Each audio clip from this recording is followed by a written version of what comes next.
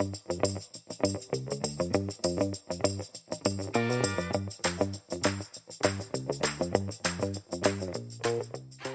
hello, listeners. Welcome to Peter and Debra are doing a podcast. It feels quite good to say listeners, Peter, because there are more than one, which is always a relief. How have you been? Very good, thanks. I bump into more and more people who say that they are enjoying the podcast. It may be something they feel they're obliged to say, but I don't know. There's some evidence of people listening and quoting bits and pieces back to me. And of course, you can be a viewer as well as a listener. We do put these out on YouTube. And you can watch them on Spotify, which is slightly scary. I feel I should be dressing up a bit more, but there we are. No, I'm fine, thank you. It's been a lot of rain. We're cut off in Somerset from the wider world, at least for today. There are no trains going up through Taunton, so that's slightly strange. But I'm hoping it will all be sorted. We're recording this Tuesday evening. I'm hoping it will be sorted by the middle of tomorrow, because I've got to get to Dubai tomorrow. Oh my God, Peter! You better have a plan B up your sleeve then. I'm certainly. I've been pining for a bit of sunshine. It's a flying work visit, but it'll just feel a bit of a contrast from this kind of grey, miserable wetness. Well, I remember I went to Dubai a couple of times to speak on conferences years ago, and the thing I remember about Dubai is it was 40 degrees, and you never actually went outside. You did everything you could to stay in the air conditioning. So so listen. Go on. I'd say it's not too bad at the moment. Last time I was there, I visited a school and the fire alarm went off and we all had to queue up in the playground. And it was absolutely stiflingly hot. You forget how hot it is because there's air conditioning. It's true. Everywhere. It's that feeling you get, isn't it? When you walk out the aeroplane door and you feel you're hit by literally a wall of heat. Anyway, I wish I was going with you because I'm missing the sun. We've had our board rehearsal today. So for listeners, I'm sure I've told you about this before, Peter, but I don't think listeners will necessarily know. So we take our duties to our trustees very, very seriously at DSC. We're always really, really clear. It's not our charity, it's the trustees, and we need to tell them everything. Not everything, we need to give them the right information at the right time in the right way. So one of the things that we do is 2 days before a formal board meeting, we have what we call board rehearsal, and we literally run through the agenda just as we would if we were at the meeting. So we go through the minutes just to make sure, have we done the actions, etc. Is there any questions trustees might ask? Then we go through the report and again, practice whatever. And if any of our staff, because we frequently have staff attending our board meetings who come and give presentations about their work and stuff, and we get them to do a run through. And then we pretend we're trustees. So we ask them the sorts of questions that we think trustees might ask them so they're well prepared and stuff like that. And we've been doing it for years and years and years. But I can honestly say it's one of those valuable things I've introduced into DSC. I mean, sometimes the rehearsal takes longer than the actual board meeting, to be honest. Yeah. But what it means is that we go in feeling really well prepared, really confident, not feeling like we're going to be caught out or anything like that. And also, kind of importantly as well, we practice being able to say, I don't know. Because one of my absolute bugbears is when you go to a meeting and people say, I think it might be because, or it's probably because. And I'm like, trustees don't hear might be or probably, they hear is. So it's the worst thing you can ever do is speculate on the reason. So either we know and we tell them, or we don't know and we say we don't know, or that we'll go and find out. But people need to practice that, to have the courage to say to a board, who can be quite intimidating, well, ours are lovely, but nonetheless, to be able to say, I don't know the answer to that, but it's a good question. I'll have a look at it, or I'll take it back to the working group or whatever. And I love board rehearsal. It's great fun because I love, the team, especially our staff coming in. And obviously my directors are very accomplished and practiced at doing this, but, newer members of staff, not newer members of staff, but staff who don't do it as often, getting the chance to practice and rehearse and to get feedback and say that slide doesn't work, or that's a bit confusing, can you change that? And in fact, our lovely podcast producer, Jose, listeners who look after this, he was at rehearsal today because he's doing a presentation on Thursday about our progress in terms of developing AI both within and without DSC. So if you don't have a board rehearsal, listeners, can I please recommend that you do, because it honestly saves you a lot of pain, and also it makes your board feel more confident when you're more confident. There you go. So that's what I've been doing. So listening to you, I can see the strengths of all of that, but I'm also thinking now, as a trustee, might I not feel a bit manipulated when you come to the meeting itself? Is it not all for show? Is it almost is there a risk it doesn't all become too polished, and you're sort of answering the questions that the trustees might have even before they've had the conversation? Well, we don't do that, though. You see, what we do is we prepare for the questions. So what we say is they may not ask these questions, but if they do ask these questions, I'll be prepared with either I don't know or we'll go and find out.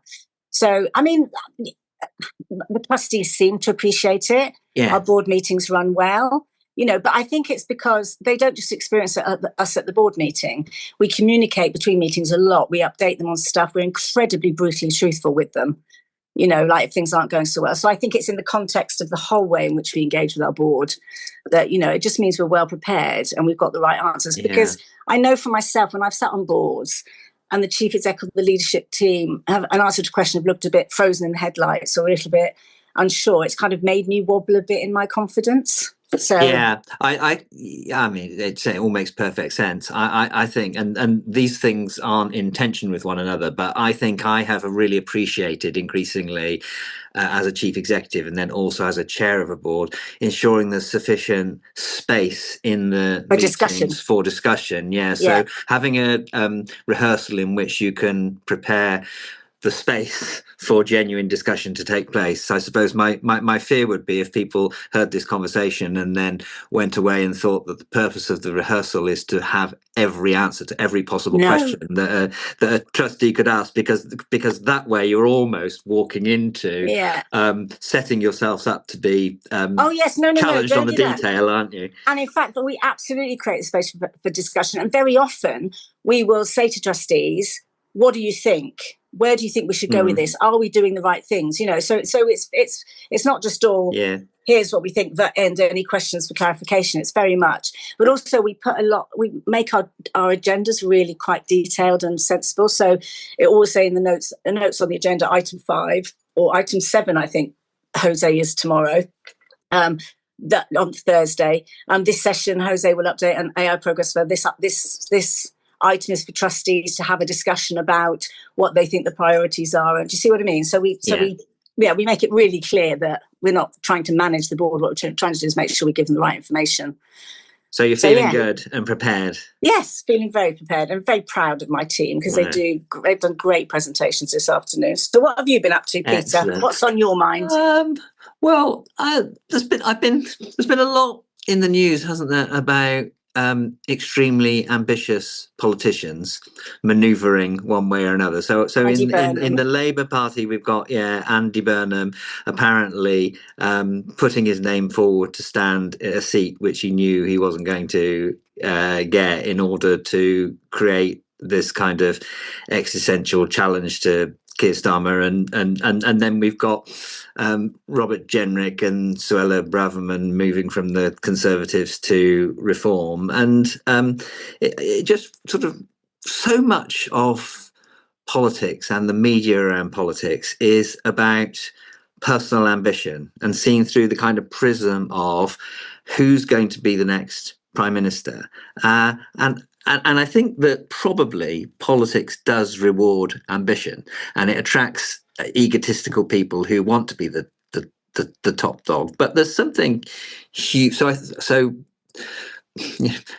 questioning to what extent people are in it for themselves, in it for their party, in it for the good of the country. There's been a lot of that chatter in the wider media at the moment, which sort of led me to ponder ambition in charities and the extent to which it exists, and is it a dirty word to be, or dirty concept to be ambitious for yourself in charities? I mean, the truth is that I guess I would believe we want and need plenty of people in the sector who are ambitious to lead organisations into the future, but we don't talk about it very much publicly, or maybe even privately. And I wondered if you had thoughts on that, how to manage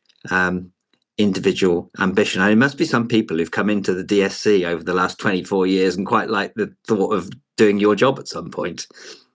Well, the thing is, Peter, we have the acting and absence system, so they do get to do my job. And after they've done it, they nearly always say, no, I don't want to do that job anymore. I don't want to be a chief exec, it's too tough.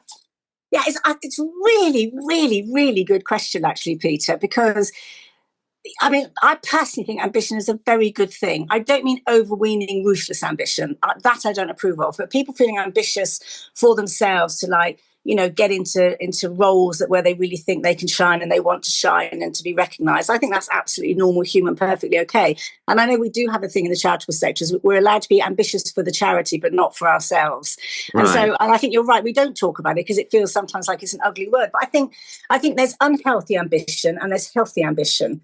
Unhealthy ambition is when you trample over everybody else and you really don't care about anything apart from your own, you know, your own success. We can think of people over the pond, for example, who are prime examples of that. And then there's healthy ambition, which is where you generally, you know, you have a good sense of self, a very healthy ego. You know you can contribute a lot to whatever an organisation or a skill, because it's not always ambitious to be the chief exec. Sometimes it's ambitious to be the director of fundraising or whatever. And I think people who have that healthy ambition, we need them and we want them because ambitious people tend to generate change. They tend to, you know, bring in new ideas. They tend to be fresh. They tend to want to, you know, shake up things, from how they've always been. So, yeah, I think it's a really good question. But I think there's something, because the Andy Burnham thing is very interesting for me because there are so many interpretations of what's actually gone on there.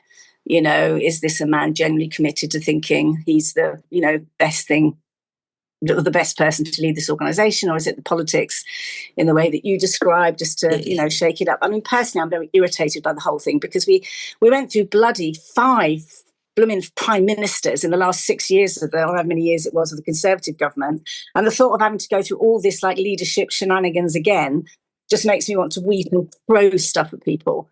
But go on. You know, do you remember a poem by Roger McGough, I want to be the leader. Yeah. I want to be the leader. Yeah. I want to be the leader. Can I be the leader? Yippee, I'm the leader. Okay, what should we do? And it feels a bit like that because there's I'm reflecting. It is really important to be personally ambitious and to achieve your potential and fulfill as much as you can, but to what end? And that feels to me missing, both in the Andy Burnham situation and the Robert Jenrick situation. I'm not sure really what either of them stands for. That is distinctly different from actually what Nigel Farage or Kemi Badenoch or Keir Starmer stand for.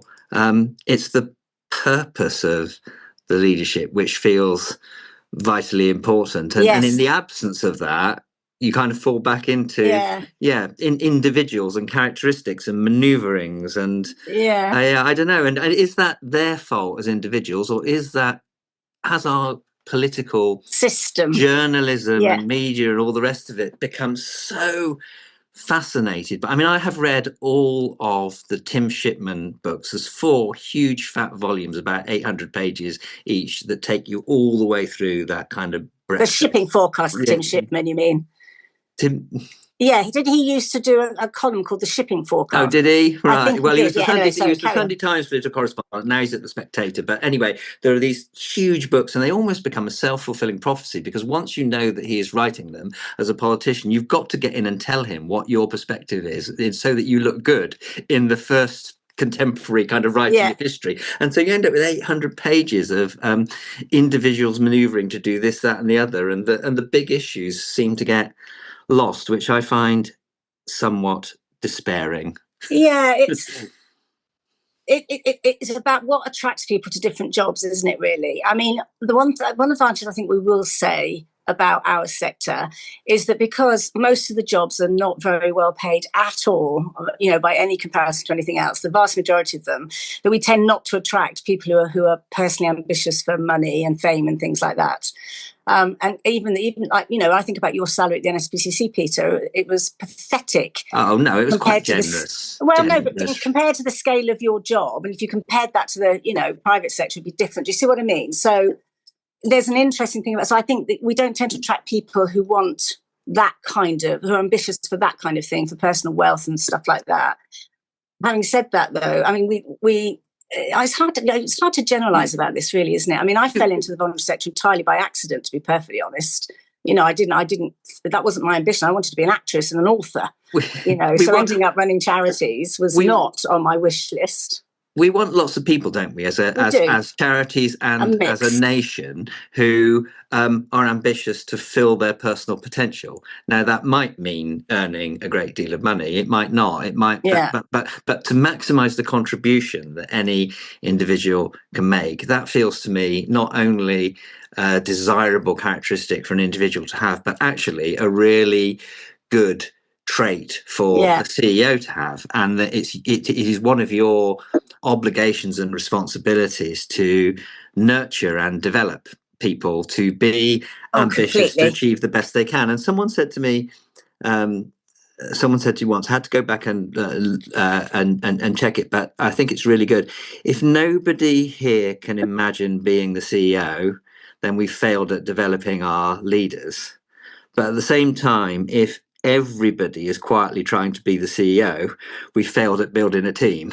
Yeah. So so all of this is kind of leading me to conclude that around the table, especially in larger charities, probably half the people around the table ought to be thinking that they could or should be a CEO, and it's your responsibility as a CEO to help them realise that that potential. Not quite, Peter. And I'll tell you what I mean by that. I think it's absolutely our job to grow leaders. But I think we have this sort of idea that the top leadership role is to be the chief executive. Like anything else that isn't that role, you somehow haven't achieved. And I think you and I will both know an awful lot of the CEO job when you get to the top is nowhere near as glamorous and exciting as it seems when you're observing it from underneath. There's a lot of drudge and dross and really difficult, sticky situations to deal with. So I think we shouldn't say that, that like it's the ambition we should grow in people is to be chief executives, because it doesn't suit everybody. I mean, I had one of the best directors I ever worked with was a woman called Maria Pemberton, she was brilliant. I would have made the most fantastic chief executive and had absolutely no desire whatsoever to do that role. She liked to be the COO, the 2IC, that sort of person. But I do think it is our job to grow leaders, and I think we should. Yeah. Well, but only grow leaders if people want to be leaders. Because the other thing is, there's some people who really are quite happy. Thank you very much. I don't want to be. I want to be a brilliant fundraiser. I have no desire to manage a team, because your technical, you can really want to be brilliant in your technical skills. But when you become a leader in terms of managing teams and stuff like that, there's a whole different set of skills that have nothing at all to do with the skill that you were very good at that got you promoted in the first place. But the other thing that I think is really difficult is this sort of, lots of trustees bang on all the time about succession planning for CEOs. And in my opinion, they often get it wildly and horribly wrong, because they think succession planning is nobbling some poor sod, on the director's team to be grown to be the next chief executive. But in almost no cases does that person end up being the chief executive, because when the chief exec stands down, what boards do is they advertise. And when they advertise, they very often end up with someone entirely different to the person. And I know an organised charity that I know very well, years ago this was, the chief executive recruited someone to be his second in command, and he made it clear to him and to the whole organisation, this is the next chief executive after I retire in a couple of years. Of course, when he retired, the board went to open recruitment and the successor didn't get the job. And so the resentment and the anger in it. So I think, succession planning for me is not about who, it's about, is the organisation, is its systems and policies and procedures and culture robust enough so that it's not going to suddenly collapse if there's no chief executive. It's not going to suddenly go to hell in a handbasket if the new chief exec comes in who's very different. So for me, succession planning is make sure the organisation is robust, not picking somebody. And I think that's where they get it wrong. Yeah, but growing leaders, definitely. It's not the CEO's job to groom their successor, is it? But the CEO can have great conversations with the trustees about succession planning. Yeah. And as you say, not just for the CEO role, but for the significant roles in the organisation. And also, we had conversations at the NSPCC about talent management. Which were the hard to fill posts that were critical to delivery in the next 12 to 18 to 24 months, and who are the people with significant potential to rise through the organisation. And it's quite difficult in a lot of charities to do that to any great level of detail, because we're either tiny organisations or we're very Massive. flat organisations, and you're unlikely, it's not impossible, but you're unlikely to achieve a complete career within a single institution. Yeah, but also you've got to be super careful about it as well, because so many of us carry our unconscious biases and prejudices into the workplace, whether we like it or not. No matter how holier than thou that we think, we will have an idea in our heads about what potential looks like. And so we've got to be incredibly careful that we're not actually, spotting potential in people who are like us. It's like, how do we as leaders ensure that we are properly being open to possibilities, to people who are, who might be. And that's sometimes about doing, in my head, like positively thinking about people who you wouldn't normally think of in your organization. So, people with disabilities, for example, or people of a different faith or a different color or whatever the thing happens to be. Like, are we actively considering those people, or the people we're spotting with potential tending to look and sound like us? So I think we've got to be ever so careful about that. That's why I prefer have an open recruitment process. And almost every time you do that as a board for trustees or as a board for your chief executive, you are overwhelmingly surprised by the quality and the caliber of the people who apply to be in your organisation. Whereas if you're kind of fixated on it's got to be this person who does that, you take away that sort of balanced by nurturing the talent and developing it within your organisation. Absolutely. Because there are so many people I can think of who said they didn't want to be the CEO or didn't want to be the director or had no idea of their brilliance and their capability. And one of the most satisfying things I think of being a leader is to help, as you are doing with your board rehearsals, illustrating to people that with the right kind of context and encouragement, it's amazing what lots of people can. I completely agree.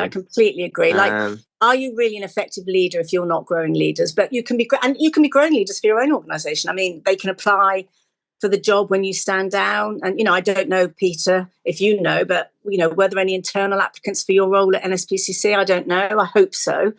But what you're also doing, because we have such a stable organisation at DSC, people just don't leave very often, to be honest. And so we don't very often have openings. But what we do try and do is encourage people to apply for more senior positions elsewhere. So often the people who leave us at DSC go on to a bigger or slightly different leadership role in a different charity or a different organisation. That's quite a common. And I'm quite proud of that. But even though we can't make the space for them at DSC because we're just too small and nobody leaves, well, very few people leave, but the few people who do leave, we're supporting them to go on. So we always say to people, if you want to leave, tell us. We won't be cross, we won't be upset, you won't be dead to us. Let us help you. If you're ready to move on, we're ready to support you in that. And so you go out with all of our support and encouragement and a blaze of glory. And I think So is there anything that we can learn from how we nurture and develop and support people in charitable organisations that would help Keir Starmer manage Wes Streeting, Andy Burnham, or Kemi Badenoch manage Robert Jenrick, Suella Braverman, Nadeem Zahawi, James Cleverly, or is it completely different? Well, sorry to be horribly political, but Reform can just deal with it themselves. I've no intentions of offering them any advice whatsoever. But I think part of the problem is the political system is different to running and leadership in a charity, isn't it? And I think that the sort of committee structures, and of course they're all different as well. The way the Conservatives appoint their leaders and MPs is not the same as the way Labour do it. It's not the same as how Reform isn't even registered as a party, is it? It's a business.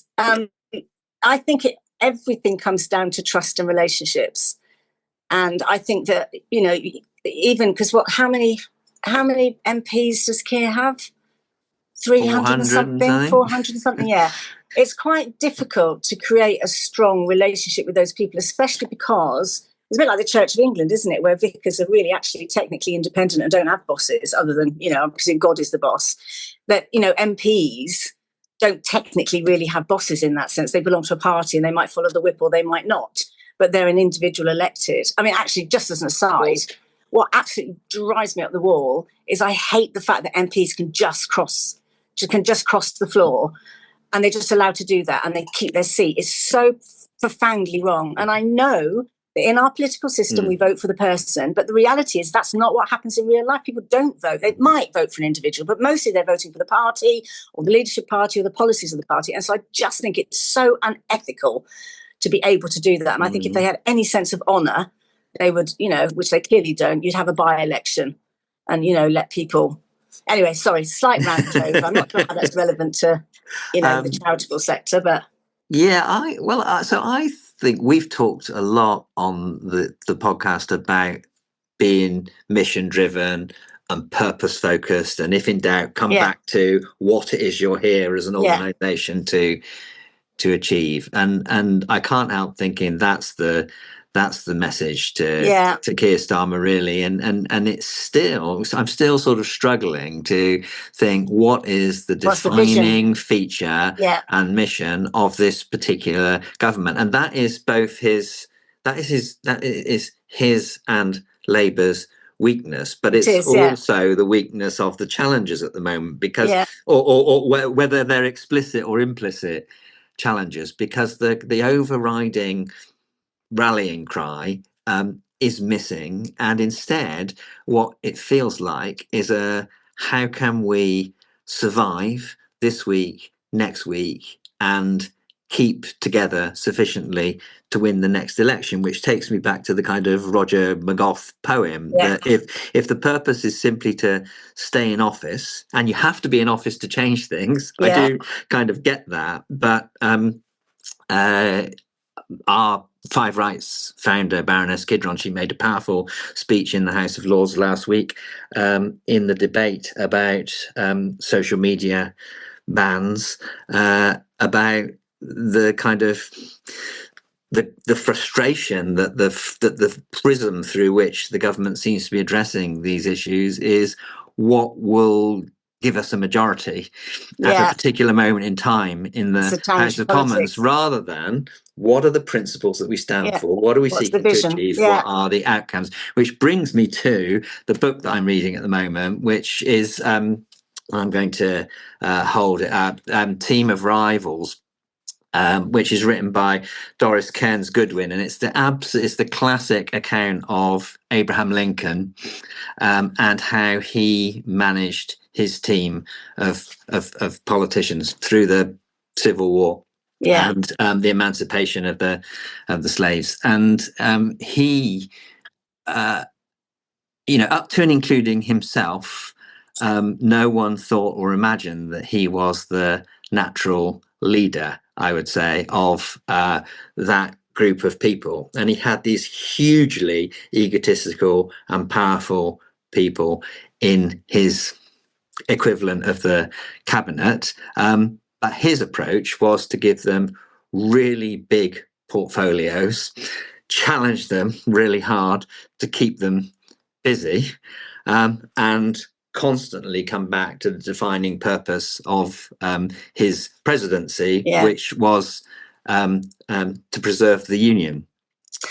So I think that, so it was the fact that I was reading this book and the way in which he absolutely consciously and transparently acknowledged that he had big egos and very ambitious people in his team, but almost kind of called that out, the way of managing them, that was making me think, I wonder if I was sufficiently clear about the individual ambitions which people were bringing to collective conversations around the table, or was I a bit naive about that at times? And I just don't know. I just don't think we talk about it very much. And we don't. Even in an organisation like the NSPCC, where there's some pretty sophisticated succession planning arrangements in place.